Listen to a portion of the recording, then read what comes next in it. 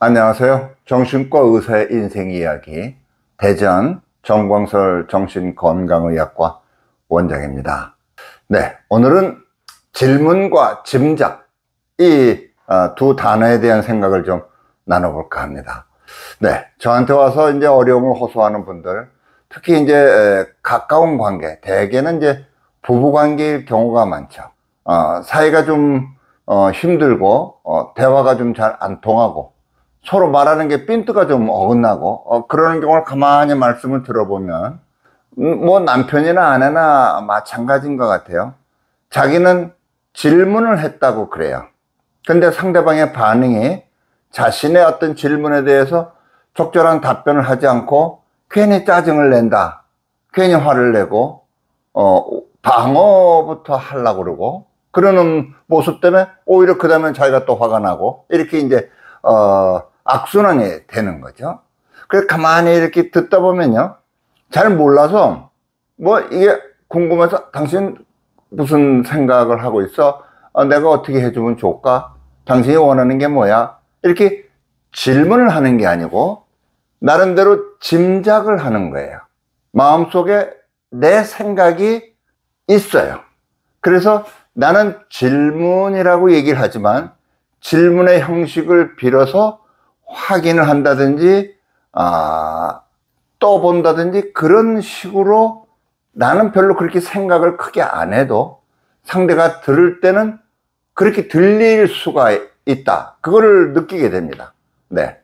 그래서 이제 그런 점을 지적을 하면 어떤 분은 깜짝 놀라고 그게 제가 지금 그렇게 들립니까? 제가 하는 말이 이렇게 말씀하는 분도 있지만 상당히 많은 분은 왜 날 뭐라 그러세요? 이렇게 거부하는 반응을 보이기도 합니다. 네. 짐작하고 질문, 또 좀 이제 비슷하면서 이런 생각도 가능해요. 조심하는 거하고 의심하는 거. 네. 그러니까 내 생각이 마음속에 이미 정해져 있는 경우, 특히 이제 부부지간의 남녀 문제 이런데 지금 이제 말씀드리는 게 많이 좀 해당이 됩니다. 여자분들 이제 그런 말씀을 하세요. 여자의 촉이 있잖아요. 이런 말씀 하세요. 그 촉이라는 말 우리가 흔히 쓸 수 있는 말이죠. 또는 뭐 느낌이 있잖아요. 이런 표현을 쓰기도 하고, 좀 낌새가 좀 달라요, 이런 표현을 쓰기도 하고요. 되게 이제 비슷하죠. 이제 감이 온다 또는 육감, 우리가 뭐 그런 표현을 하지만 이게 이제 자꾸 속에서 자꾸 누적이 되면 이게 점점 의심이 되고, 그 다음에요, 의심의 눈으로 보면 자꾸 자기 생각대로 상대가 행동하는 것 같고, 이렇게 이제 의심이 점점 이제 편집의 상태를 지나치면은 망상 같은 상태에 이르게 되죠. 네. 망상이라는 거는요, 그 망상이라는 단어의 정의가 교육 배경이나 사회 경제적인 배경에 해당되지 않는 그릇된 믿음이다. false belief 그럽니다. 그릇된 믿음인데, 자, 여기서 중요한 거는 설득에 의해서 변화되지 않는 그런 그릇된 믿음이에요. 이거는 정신병의 아주 중요한 증상 중에 하나죠. 그런데요, 정신병적 증상으로서의 망상이 있는가 하면 그렇지는 않지만 거의 망상 수준의 내 짐작, 내 의심, 그런 잣대로 다 상대를 보게 되면 아내가 하는 게, 남편이 하는 게 마음에 안 드는 거죠. 이런 경우가 있었습니다. 중년 부부인데요, 부부가 같이 오셨어요. 남편이 말씀을 하시는 거예요. 선생님, 내가 이게 의처증입니까? 그러니까 이제 정신병적 망상일 때는 내가 의처증입니까? 이런 질문을 하지 않습니다. 왜? 그거는 자기가 그렇게 그냥 믿으니까, 그건 틀림없는 사실이다, 이렇게 되니까. 근데 이분은 이제 그 정도는 아닌 거죠. 근데 병적 망상이나 다름없이 힘든 거예요, 본인은. 그러면서 무슨 얘기를 하냐, 아내가 자기 눈에는 굉장히 이쁘대요. 근데 보면 곱게 생기셨어요. 근데 아내는 한 번도 자기한테 그렇게 밝은 웃음을 보이지를 않는데요. 그런데 동네 슈퍼에를 가면 그 슈퍼 주인하고 인사할 때 보면은 그렇게 매혹적일 수가 없대요, 자기 아내가. 그 슈퍼 주인하고 아주 반갑게 인사를 서로 주고받는데요. 그 자기한테는 그런 웃음을 보이는 적이 없대요. 그 이게 뭔가 문제가 있는 거 아니냐? 선생님, 제가 이렇게 생각하는 게 이게 의처증입니까? 이렇게 물어보고 계세요. 남편 조금 나가 계시라 그러고 아내분한테 말씀을 드렸어요. 아니, 남편이 그렇게 싫어하는데 그 남편 앞에서 가게 주인하고 그렇게 뭐 반갑게 인사 안 할 수도 있지 않습니까? 그랬더니 어떻게 동네지간에 인사를 안 하고 지내요? 맨날 가는 슈퍼인데요. 그러세요? 그러면 좀 남편이 그렇게 원하고 애원하는 것 정도예요. 왜 남편한테는 그렇게 좀 그런 웃음 좀 보이지 그러십니까? 그랬더니 아유, 남편이 뭐 뚝뚝하게 짝이 없고 맨날 인상만 쓰고 시비만 걸고 그러는데 남편만 보면 얼굴이 굳어지지 웃음이 나와야 말이죠. 그런 얘기를 하세요. 네.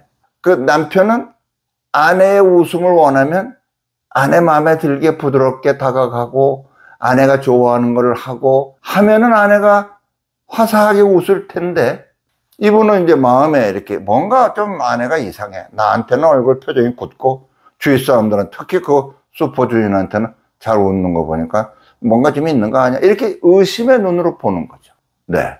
제가 이제 우리 가족하고 설악산을 갔습니다. 그래서 이제 이렇게 한계는 그쪽으로 이렇게 올라가는데 추석 조금 지났을 때가 단풍이 이제 좀 들었을 때예요.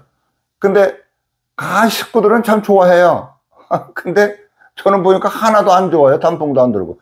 뭐가 그렇게 단풍도 안 들고 좋아하십니까? 그랬더니 우리 장모님 모시고 갔거든요. 장모님 바깥에 너무 좋다고 막 꽃을 좋아하시던 분이었어요. 그래서 제가 하도 궁금해서 그 올라가는 길에 이렇게 좀 갓길 크게 넓게 해놓는다고 해서 거기 차를 세워놓고 나와서 이렇게 보니까 단풍이 잘 들었어요.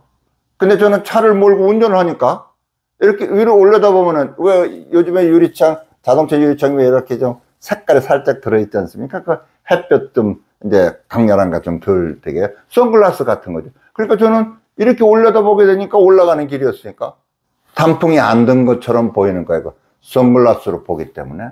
네. 우리가요, 자기도 모르는 자신만의 안경을 쓰고 대인 관계를 하는 경우가 많습니다. 특히 밀접한 인간 관계일수록 글쎄요, 더 이 안경의 색깔이 좀 진하다 그럴까요? 그런 느낌을 임상에서 많이 경험하게 됩니다. 남들 같으면 약간 별 사람 다 봤네 이렇게 하고 넘어가면 일도 가까운 관계, 특히 이제 부부처럼 아주 밀접한 인간 관계에 있을 때는 그 나름대로의 안경의 색깔이 진하죠.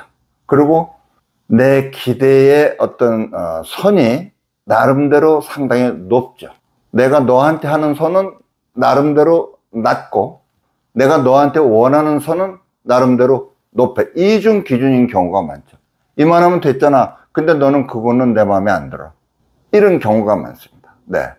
짐작과 질문이 다르고 좀 조심스러워하는 거하고 의심스러워하는 거하고가 다르다.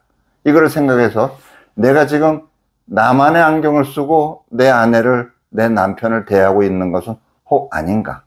그래서 내 생각 때문에 내가 그렇지 않아도 될 거를 더 많이 힘들어하고 있지 않는가, 이런 생각을 해보면 관계 개선에 도움이 될 것이다 생각이 돼서 오늘 질문과 짐작, 이런 주제로 말씀을 드렸습니다.